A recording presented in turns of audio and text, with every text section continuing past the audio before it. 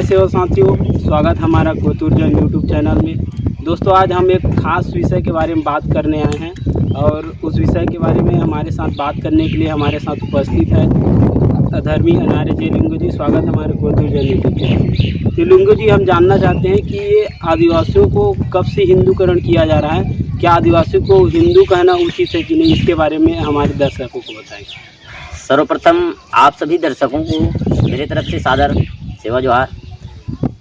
देखिए, इसमें दो तर्क है, पहला हिंदू और दूसरा कब से हिंदूकरण किया जा रहा है। तो एक्चुअली में जब से धर्मवाद की व्यवस्था बनी इस भारत देश में, इस गुणवानद राज्य में, तब से आदिवासी को कहीं ना कहीं अपने साथ सम्मिलित करने की प्रयास किया जाता है, हर हमेशा किया जा रहा है।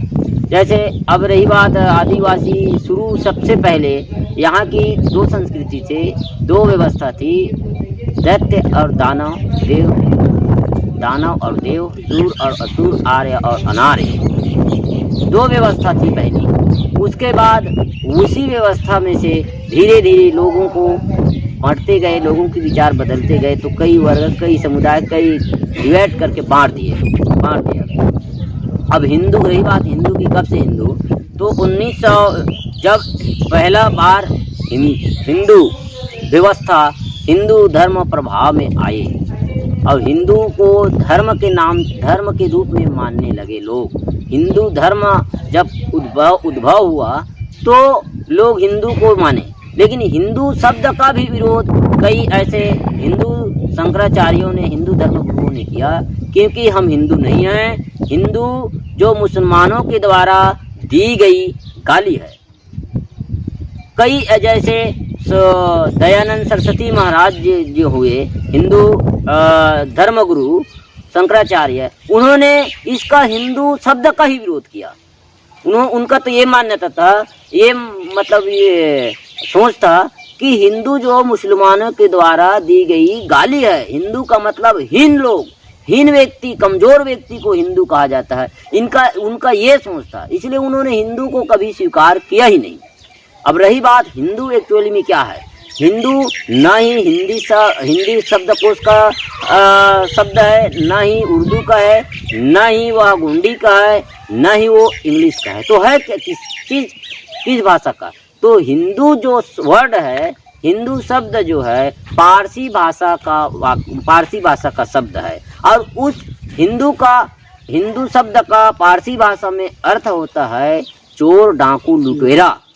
तो आप बताइए, कौन ऐसा व्यक्ति है जो अपने आप को कहेगा कि मैं चोर, डाकू, लुटेरा हूँ? और आज ये दुनिया के सभी लोग कहता है कि गर्व से कहो हिंदू हैं, गर्व से कहो हिंदू हैं। पहले आप हिंदू, गर्व से हिंदू कहने से पहले हिंदू क्या चीज़ है इसके बारे में आप जानिए। अब रही बात दूसरी बात, तो हिंदू के पहले क्या था? हिंदू के पहले आर्य धर्म, सनातन धर्म, वैदिक धर्म, इस नाम से ब्राह्मण धर्म, इस नाम से जाना जाता था। तो कई ऐसे सनातन धर्म के मानने वाले लोगों ने हिंदू का विरोध किया, वैदिक धर्म के मानने वाले ने हिंदू शब्द का विरोध किया। लेकिन जब आरएसएस का जड़ मजबूत हुआ, पकड़ हुआ, तो उन्होंने पॉलिटिक्स करने के लिए हिंदू धर्म को प्रभाव में लाया और लोगों को हिंदू बनाना, हिंदू कहना शुरू करवाया। और उसी समय से हमारे लोगों को भी हिंदू की श्रेणी में 1951 के बाद गिनना शुरू हुआ। उसके पहले हमारे लोगों को प्रकृतिवादी, जीववादी के नाम से माने जाते थे। उनका अलग जनगणना अंग्रेज स्वयं कराते थे। और इस तरह से हमारे लोगों को, आदिवासियों को बांटना, जैसे कोई सामग्री है उसे आधा आधा बांट लो, ऐसा कहता है, उसी प्रकार से आदिवासी को इस धर्मवाद के चक्कर में बांट रहे हैं। कई आदिवासी ईसाई में जा रहा है, कई आदिवासी मुस्लिम हो गया, कई आदिवासी हिंदू हो रहे हैं। तो क्या है, अब ये सिर्फ आदिवासी की बात नहीं, एसटी, एससी, ओबीसी जो है, तीनों वर्ग जो है, इन तीनों वर्ग को इस धर्म में बांट रहा है। धर्म में इसको बराबर बराबर लोगों को बांटा जा रहा है।